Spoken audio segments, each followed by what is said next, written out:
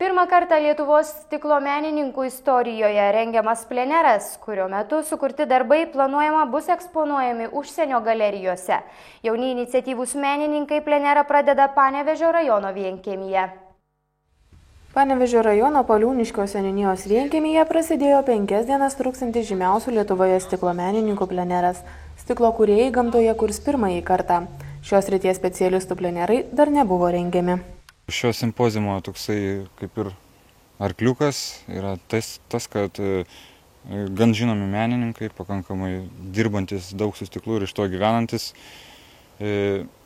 atsidurtų tokioje netikėtoje vietoje, kaip šiuo atveju gamtoje, miške, ir panaudotų upę, medžius. Žodžiu, jiems tam tikrų sąlygų ir dirbtuvių ar šalto apdirbimo nebus didelių galimybių dirbti, bet visi gaus tam tikrą, kaip sakant, stiklo kiekį, kiek jam reikės.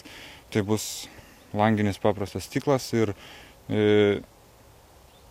kiti daiktai, kurie atsiras šalia, tai jau jie patys atsiveš arba pasigaminę jau bus pasiruošę savo darbams. Visas kūrybai reikiamas medžiagas plenero organizatoriai pirko už savo pinigus.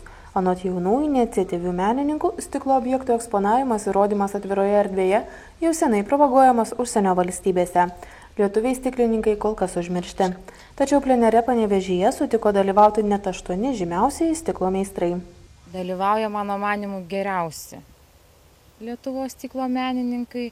Be abejo, mes labai galbūt net rinkinėjom ir nedarėm didelės atrankos, nors iš tikrųjų norinčių būtų be galo daug. Bet norėjom susikviesti truputėlį vyresnės kartos atstovus, kurie jau yra labai gerai žinomi ir visam pasauliu, ne tik Lietuvoje ir Europoje. Tai Panevėžietį Kriuką Remigijų,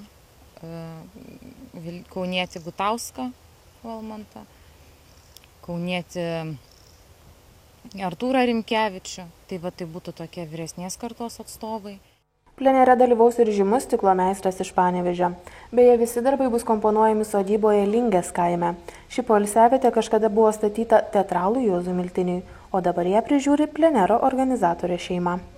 Nusprendėm, kad tai yra pakankamai teisinga vieta, dėl to, kad pirmiausiai tai menininkui galbūt reikia ramybės, jinai čia yra, reikia kokybiškos ar ten aplinkos, kuri, sakykime, būtų ir miškas, ir upė, ir viskas čia irgi yra.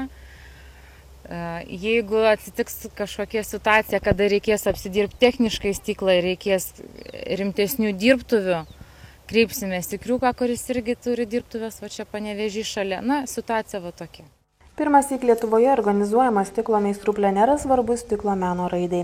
Ir kitais metais panašų renginį žadantis organizuoti jaunieji menininkai tikina bandysiantys savo darbus eksponuoti ne tik Panevėžyje, bet ir užsienyje.